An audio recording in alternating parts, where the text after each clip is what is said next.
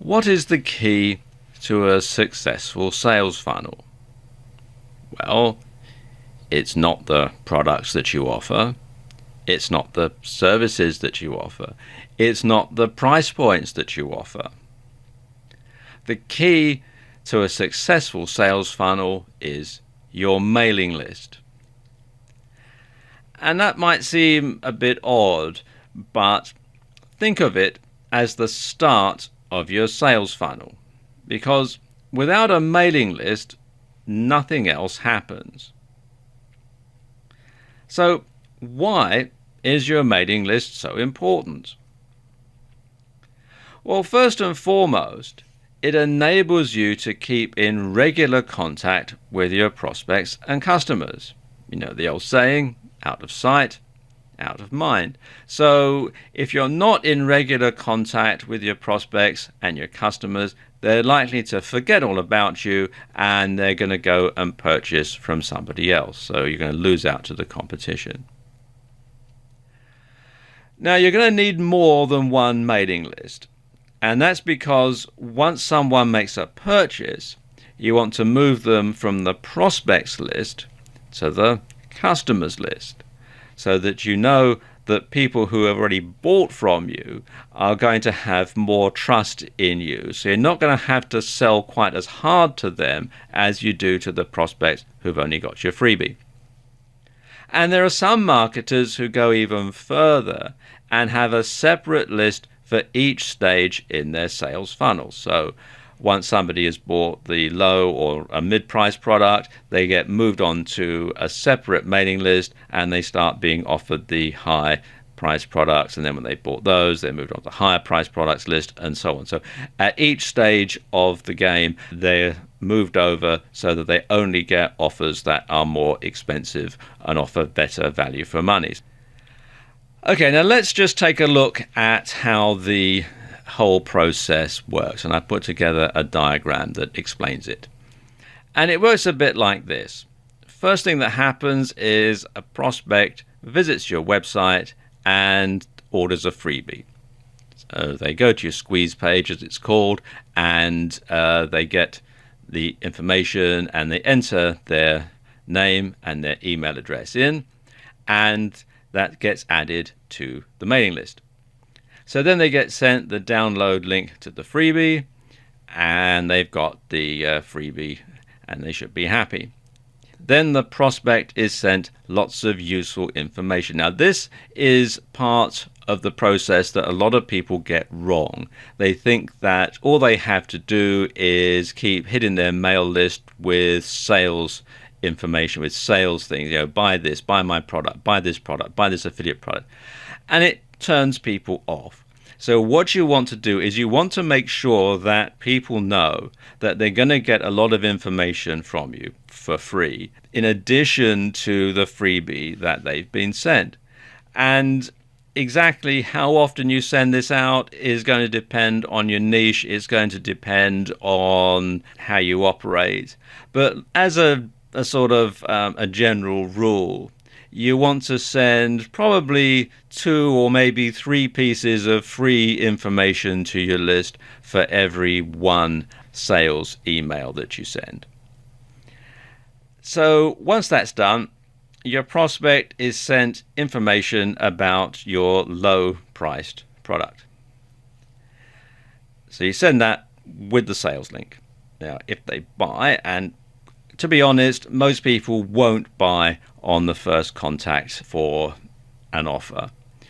You keep them on the prospect list and you send them information about affiliate products and other low price products until they actually make a purchase. And of course, you keep sending them all the useful information as well.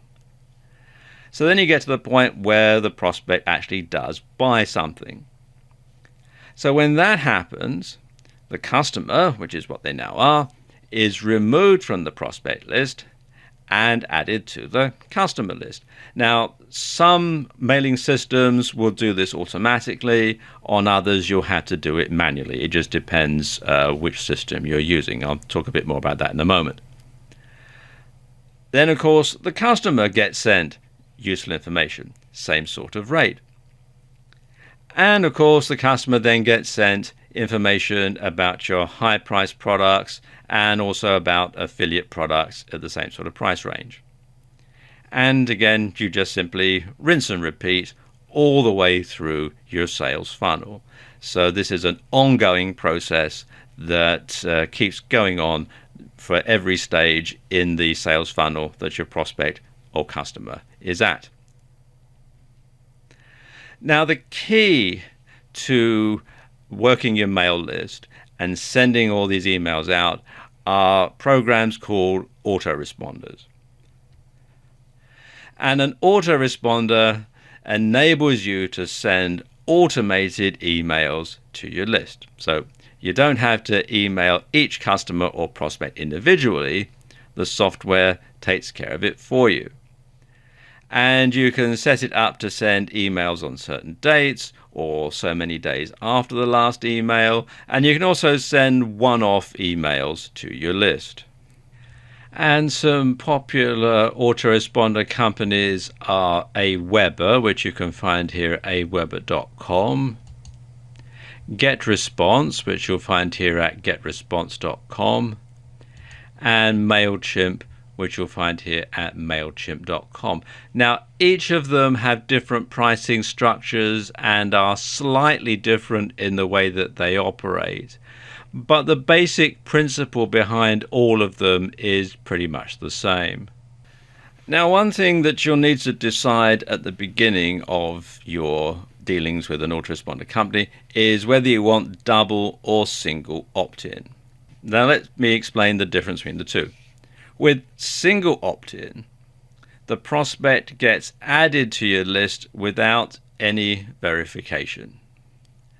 Now, you'll get more names on your list that way, but not all of them will be genuine. Some people will put in a fictitious name, a fictitious email address just to get your freebie. They don't want any follow-up emails, so you don't know whether it's a genuine email.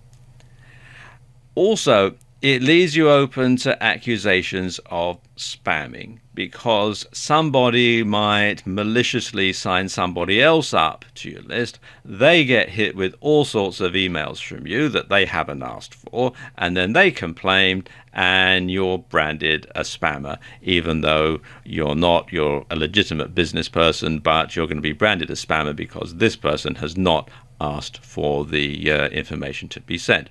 So these days, double opt-in gets to be pretty much the default setting. And what happens with double opt-in is the prospect gets sent an email with a confirmation link to click. So if they don't confirm, then there are no further emails. And you don't get quite so many names because some people can't be bothered to confirm. But if you don't get any spam complaints either, because you know that it's a genuine address, you know that the person has asked to receive the emails from you and has confirmed, and if they complain, you can go back with some systems and look it up and see, well, you signed up on X date and you confirmed on Y date, so therefore it's not spam, and you can prove it. So that really sort of covers your backside, so to speak. And as I said, double opt-in is becoming the default settings for most autoresponder companies.